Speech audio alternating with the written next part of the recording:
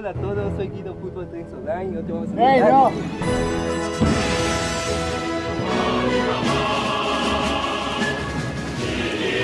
Recuerden, amiguitos, nadie nos va a querer.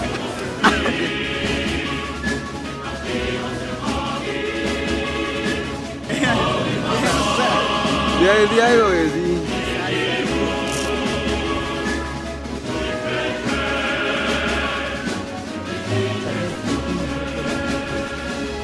Su diámetro oscila entre los 3 y 5 milímetros. Respira a través.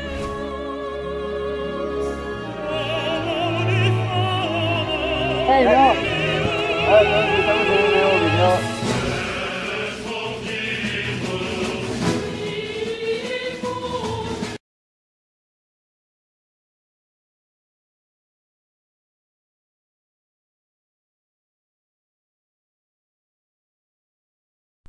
El Maximato fue un periodo que se dio en la Revolución Mexicana, en el cual Plutarco Elías Calles era quien estaba en el poder de la nación sin ser presidente.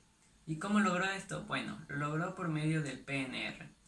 ¿Y qué es el PNR? El PNR es el Partido Nacional Revolucionario, fundado en 1939 tras el asesinato del general Álvaro Obregón, quien era el presidente del país. Tras esto se crearon las elecciones. Y las elecciones necesitaban partidos políticos. Ahí fue cuando Plutarco Elías Calles fundó el PNR. Este buscaba tener la confianza de la mayor parte del país para evitar que se le levantara en su contra. Y en el primer año de las elecciones ganó el PNR con el candidato Emilio Portes Gil. Después de un año de estar en la presidencia, este renunció y subiría al poder Pascal Ortiz Rubio, quien buscaría enfrentar la crisis económica que presentaba el país y también buscó ganarse la confianza de los agricultores y ganaderos del país, dándoles las leyes del trabajo y leyes de la agricultura. Tras 2 años de gobierno, este renunciaría y pasaría el poder hacia Abelardo Rodríguez en 1932, quien buscaría que México se expandiera tanto internamente como externamente. Lo haría por medio de vías de telecomunicación y vías de carreteras. También creó múltiples edificios que actualmente siguen en uso. Un ejemplo de ellos es el Palacio de Bellas Artes. Tras su presidencia, la cual duró 2 años, se dio el fin del Maximato con Lázaro Cárdenas en el poder. Esto pasó en el año 1934.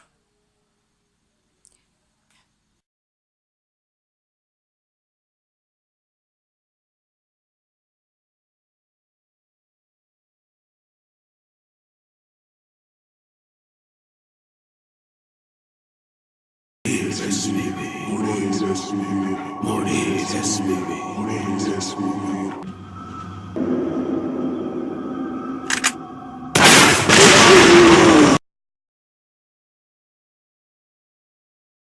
El maderismo fue el primero de los movimientos que conformaron la Revolución Mexicana.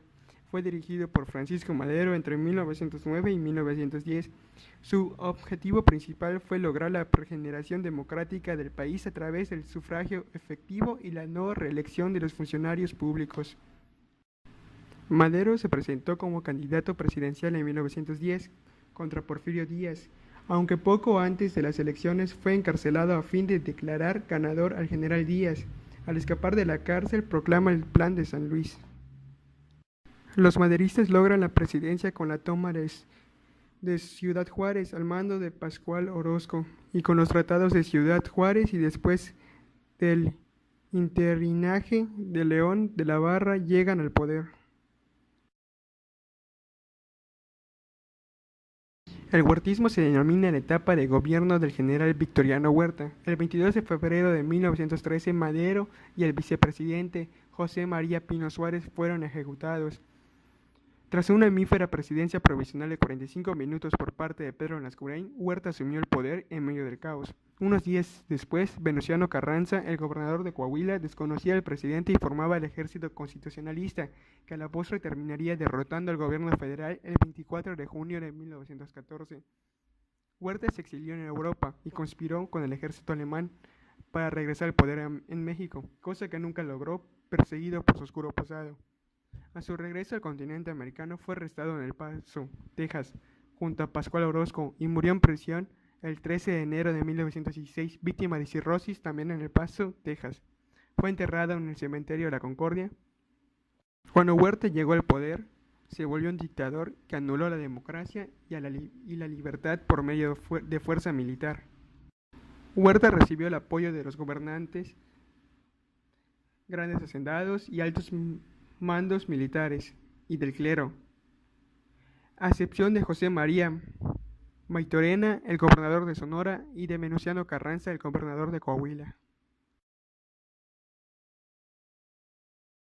El villismo fue un movimiento político social heterogéneo de carácter agrarista, liderado por el general Doroteo Arango, más conocido como Francisco Villa, incluyendo a grandes sectores del sector popular, pues dentro del mismo existían rancheros, ganaderos, mineros, agricultores extranjeros y campesinos.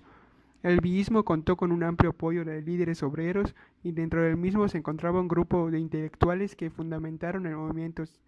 Se dirigían, al igual que Zapata, bajo el lema de tierra y libertad. El movimiento villista principalmente fue emitido por Francisco Villa, Pancho Villa, ya que sus ideas eran la reducción de las grandes propiedades territoriales y límites justos, distribuir equitativamente las tierras excedentes.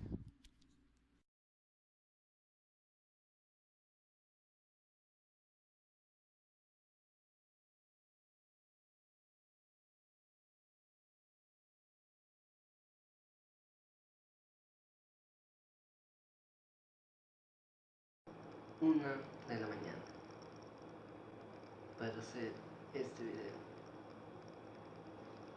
Y el objetivo de este video más que nada es hablarles sobre lo que vendría siendo la Primera Guerra Mundial o la Gran Guerra. Primera Guerra Mundial por Bart Simpson.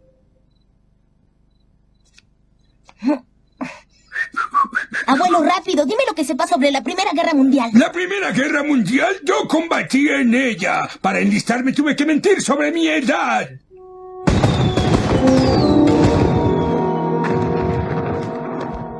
¿Quiere ver el dibujo que hice? Teniente Simpson ha estado en vela durante horas. De nada nos sirve malhumorado. Pero no estoy cansado.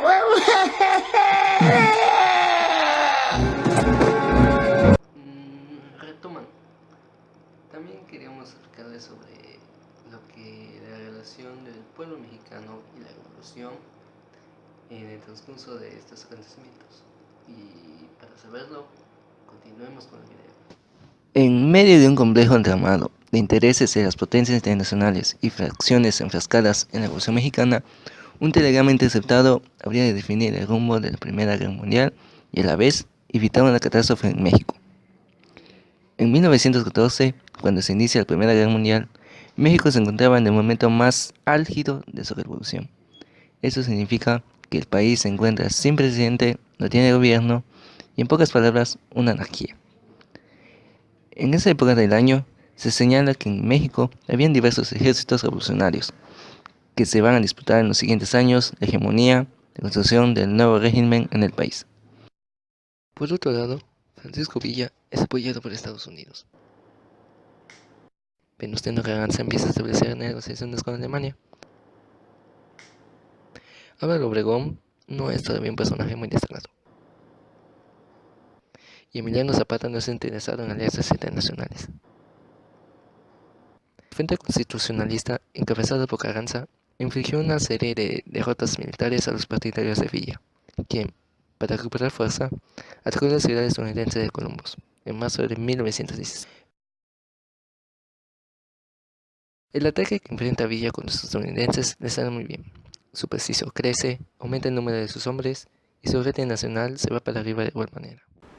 Continuando con el video, tenemos que los alemanes tienen miedo de que Estados Unidos mande tropas hacia Alemania, ya que si hacían esto iban a perder la guerra, lo que al final sucedió.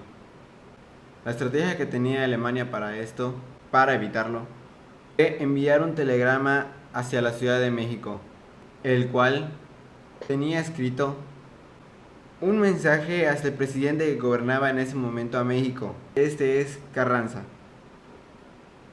El telegrama tenía el mensaje de que si Carranza ayudaba a los alemanes atacando a Estados Unidos, ellos le aseguraban enviar tropas y recursos para destruir Estados Unidos y que México recupere el territorio que había perdido anteriormente.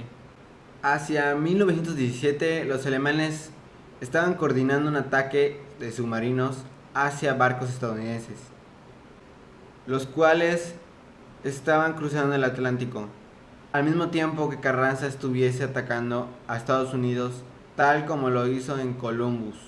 El telegrama codificado que fue enviado por Arthur Zimmerman, que era el ministro de Relaciones Exteriores, fue descubierto por espías británicos. Después de haber sido descubierto, fue la gota que derramó el vaso. Gracias a esto fue que Estados Unidos tuvo la excusa de atacar a Alemania. Aunque también Carranza ya había pensado de que qué rayos estoy haciendo, porque lo analizó. Pero para cuando ya había analizado bien el problema, el telegrama ya había sido descubierto y no había nada que hacer. Se deben imaginar a los alemanes así como preparados para la guerra. Y después de que el telegrama fue descubierto, ¡oh rayos! Ya valió. De haber aceptado la alianza con Alemania y México, las consecuencias hubieran sido terribles, ya que México estaba pasando por una etapa terrible. Internamente México estaba desmoronándose. El gobierno apenas se estaba consolidando. Es un México que está en armas y el nuevo régimen apenas se está configurando. Hubiera sido una catástrofe total. Así que México en esta etapa hubiese muerto más de lo que ya estaba. Buenas. Hoy les vengo a platicar sobre el movimiento zapatista. Bueno, ¿qué es el movimiento zapatista? Es una organización mexicana de carácter político y libertaria que en sus inicios fue militar. Su inspiración política es el zapatismo, el marxismo y el socialismo libertario, y su estructura militar es la guerrilla. Según el subcomandante Marcos, su objetivo era la toma del poder. No, apenas algo más difícil, un mundo nuevo. Y en la declaración de la Selva Lacandona se estableció: